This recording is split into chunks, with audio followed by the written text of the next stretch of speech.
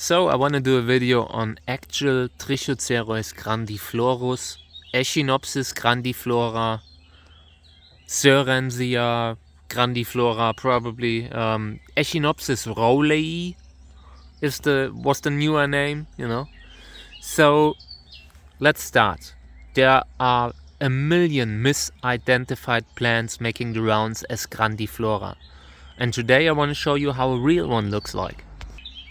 This is a plant that I have for like, I don't know, 15-20 years, and this is the cultivar Red Star, also known as Buena Vista. The flowers are red, very beautiful. They look like huascha flowers. That's because it's so close, genetically close to huascha. And the flower name, like the name Grandiflorus, Grandiflora, has referred to the large size of the flowers for the genus Lobivia, where they formerly were. These plants have been moved around between Lobivia, Soehrensia, Trichocereus for like 100 years now, and genetically it's an intermediate, and you will probably have a hard time like enforcing strict borders between the genera, because this one is probably somewhat the result of hybridization too, you know.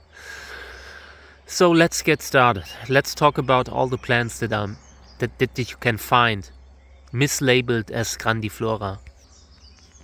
This is a hybrid with flying saucer. Parentage is Trichocereus chicken crossed with a Soehrensia. This one here, this is a Cantora hybrid, Candicans.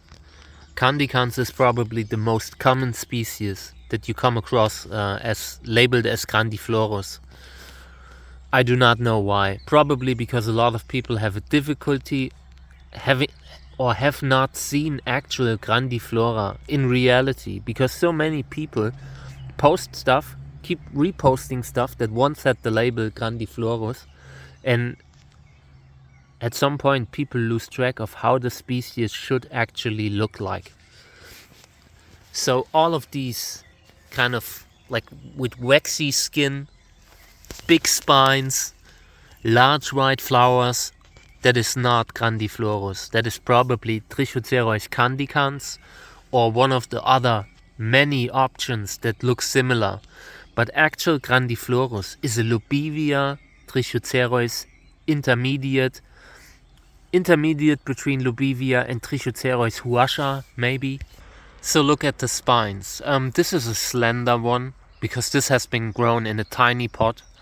If you would have planted this out, it would have grown a lot wider, bigger diameter and all. But apart from that, this is how Grandiflorus is supposed to look like. I have this plant just for demonstration purposes. So yeah, I want to continue the day with videos about Grandiflora. I want to show you some that I have. I also have like species that are closely related, but that are not the same, like genetically. So we will delve a little bit deeper into the history of this plant and what you can find under that name. This one here, this is Trichocereus purpureopilosus, Echinopsis purpureopilosa, and yeah, I would bet that this one would be labeled as Grandiflora every day.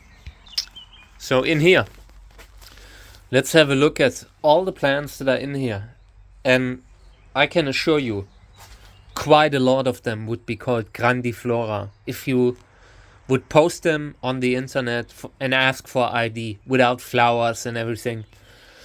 And that shows you that there's a huge number of plants, huge amount of plants that are misidentified with the name Grandiflorus. All these sun goddess cultivars, that's not Grandiflorus. Grandiflorus has a tiny flower like Lobivia, and we will take a look at the flowers when they open up. actual Grandiflorus is dayflowering, opening up like all the Lobivia, because it is one in a certain sense, you know. Sometimes there's more than one species involved in the family tree, and it shows. It influences the flower color. In that case, it's red. But look at all the Soehrensia, huascha forms that are like, it's such a variable complex. Then you have candicans and pseudocandicans. Pseudocandicans flowering red, candicans flowering white, but it's the same species basically, or it is a hybridized result, one of the other. So yeah, in my opinion, it is really difficult to ask for like plant ID of any plant that looks a little bit like Grandiflorus, and the internet is the reason for that, because you put the name into Google, and you see all these totally different plants that are something completely different, something entirely different, and therefore we need to look a little bit closer into the whole body, into the spination and all. So let's have a look. This one here is Echinopsis grandiflora too, but this one goes more towards the Echinopsis direction. Also red flowers. There's a huge complex of plants under the label Echinopsis grandiflora, Trichocereus grandiflorus, and it's because one is a more Trichocereus huascha-like plant, and some others grow like this. They grow more clusters, so there's a huge range in this species, and that's also one of the reasons why it's so difficult to get actually correctly labeled plants. In here, same situation. With the emergence of all these hybrids, it has become even more difficult to safely distinguish between species like Trichocereus grandiflorus or Trichocereus spachianus. Spachianus is another perfect example. I do not have one, otherwise we would do a video on that one too. Maybe sometime soon. If I ever see another one, I will get one just to take photos and videos. So this one's flying saucer. I mean, if you post this one, you will 100% get replies that call it a Grandiflorus. I've shown this one before. This is Soehrensia telegonoidis, Trichocereus telegonoidis. You can be pretty certain that this would be called a Grandiflorus too, you know. It is very difficult to have examples that you can use for identification purposes. Now let's look at the spines of actual Grandiflora again. You can see they have a very unique shape, and now let's compare them to actual Lobivia spines. I just put this spider out of the water. I'm not sure if it wanted to drink or if it was drowning, but I wanted to be sure that it doesn't drown. Okay. So, there you can see there is some basic similarity in regards to the spines. It depends on the species. There's a lot of different Lobivia species too, but they have these swung spines, these very uniquely shaped areoles. Here's another one, and now I want to show you a multi-hybrid between Trichocereus and Lobivia. Oh, there you go. Check out the spines.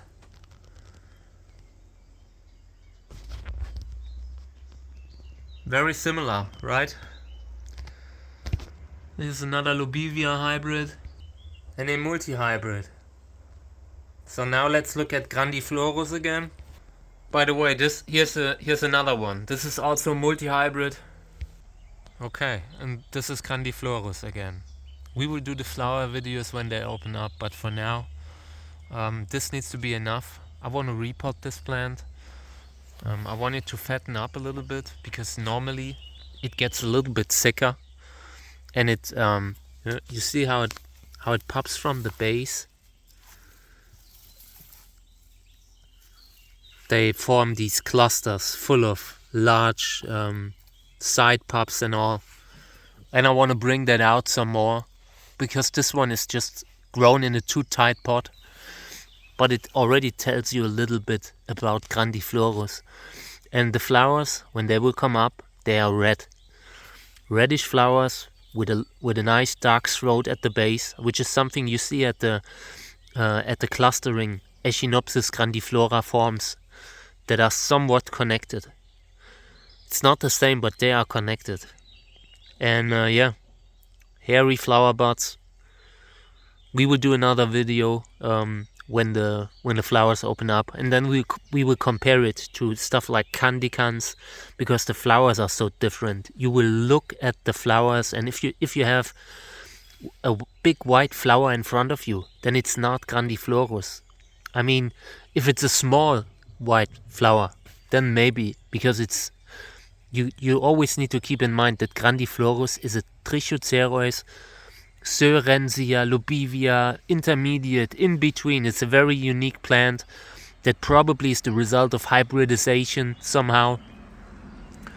And yeah, the flowers make a big difference. I see so many species with large flowers like this one identified as Grandiflorus, and it's not the case, you know, especially not when it's a night flowering species. Always look at the time the flower opens.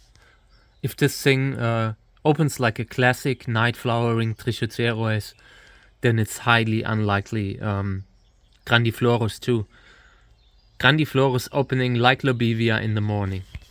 Okay, I want to end this video now, but I want to really stress the point how many of the plants that I grow would be identified as Grandiflorus hybrids. And I have maybe, I don't know, 10 at max.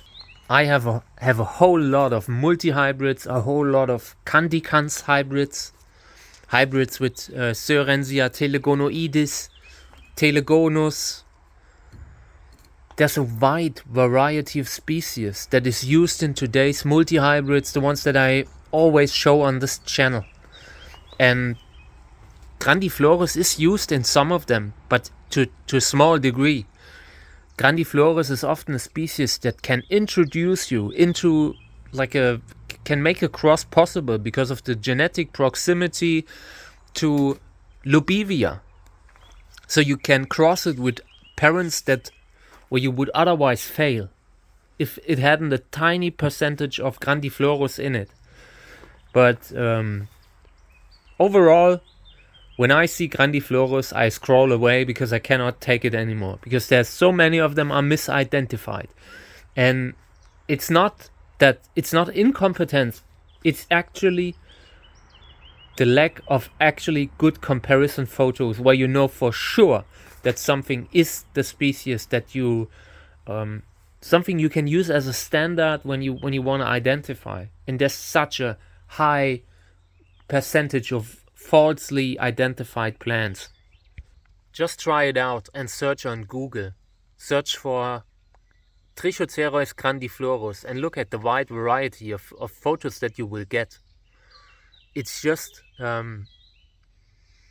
don't know, everyone has access to these photo apps and can upload photos and all. And identification is actually very difficult, especially today with all the hybrids. So it's just natural that a large part of the stuff that you find is mislabeled. So yeah, this is the first video about Grandiflorus, Trichocereus grandiflorus, Echinopsis rowleyi, Lobivia grandiflora, and yeah, I'm not entirely sure with Soehrensia where they want to put it, but it's a difficult species because it is so close, in somewhere in between Soehrensia, Lobivia, maybe a little bit of Trichocereus, but I mean Soehrensia huascha is the species that's probably involved in it, in my opinion, and it's just not the classic Trichocereus anyway. You know, these smaller, lower plants like candicans and all, they are not bad in Soehrensia. You know, they have moved a lot of these species into Soehrensia, split the columnars up into Trichocereus, and I find that a decent approach. It always depends on the genetic situation. You need to constantly like update your information and all, but apart from that, I really think the current system is a step into the right direction. It's better than what they had with like a million Echinopsis, and all look different, you know. So yeah, there will be more videos on Echinopsis grandiflora. No, Echinopsis rowleyi, that's the name. Because Echinopsis grandiflora was already taken by that clumping Echinopsis that I've shown you earlier, but they are still somewhat related. You can see it. I mean, there's such a big complex of plants that are somewhat connected, so you will have to test them all. And in the old cactus books, I read that Echinopsis grandiflora, it is hard to actually verify which one was the original in nature and all, which is a common problem. So yeah, I hope you liked the video. It is difficult because so many plants, like, they are grown differently at different spots, and they sometimes always look different. You can grow Echinopsis, you can grow that Grandiflorus, Trichocereus grandiflorus, in a way that it becomes super wide, or you could grow it in a small pot, slender, you know, more like huascha. So always keep in mind that the environment has a big effect on the plants, and always keep in mind that there's so much wrong labels out there. Always look at the spines. The spines tell the story, because the body is always influenced by the environment, but the spines, they are how they are. So look at the spines.